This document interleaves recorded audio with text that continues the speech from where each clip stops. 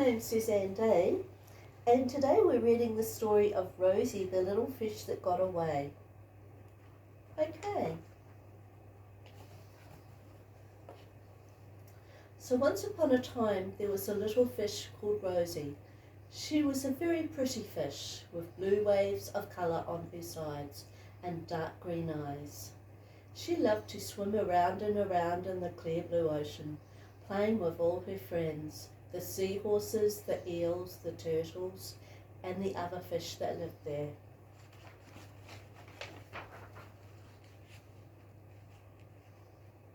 They played games like hiding under rocks and shells at the bottom of the ocean. Rosie was very happy living there with all her friends and playing in the clear blue ocean. She felt very free and able to go in any direction she wanted. One day she met Jack, a large fish, who seemed nice and friendly. He joined in the games they played at the bottom of the ocean. At first he was very charming to Rosie. She grew very fond of him. Over time, she began to depend on him for her food and other needs, which he eagerly gave to her.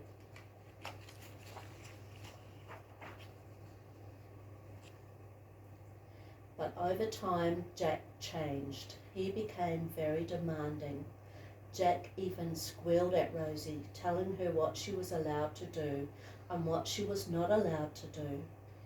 He wanted to control her every move. One day he invited her to swim to a new part of the ocean. It was a section she had never been to before. Though Rosie didn't know it at the time, it was a trap Jack had set up so he could have her all to himself.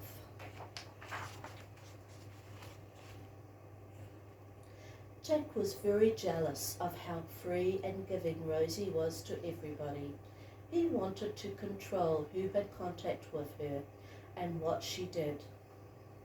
They went into an old shipwreck at the bottom of the ocean. Then Jack shut the door so Rosie couldn't get out. She was trapped with Jack there, watching her and laughing at her when he saw she was very distressed. Rosie swam and swam but could not get out. She tried all the doors and windows, but no matter what she did, she couldn't get out of the ship.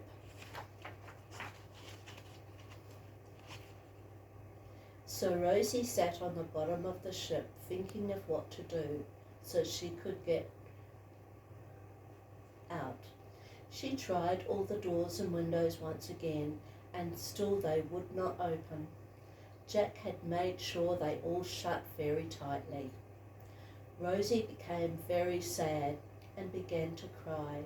She cried for days and days. She looked through the windows and saw Jack. She begged and begged for him to help her.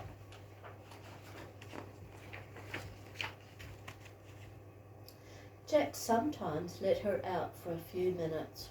Rosie would swim around in the deep blue ocean feeling free, but after a while he would push her back into the ship where she was trapped again. This went on for months and months. Rosie learnt that if she played games with Jack, he would forget if he had shut the door tightly. So over time she played games with him to confuse him and then to make an escape. One day he forgot to shut the door. She waited until he was fast asleep, and then she freely swam away. Rosie found her friends she swam and played games with before Jack had trapped her. They all clapped for her when they saw her.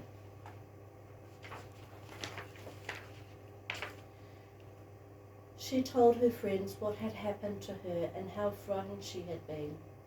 They surrounded Rosie, and then they all swam away together to another part of the ocean where Jack could not find her.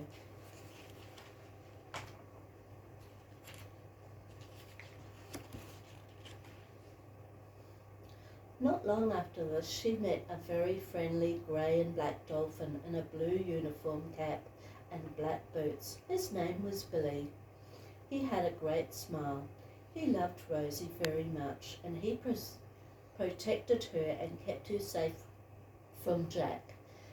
And she never saw Jack again. Rosie was able to be herself again. She was giving and kind to everyone she met. Her husband loved that about her. They were always laughing and telling jokes to each other, and they sang their hearts out.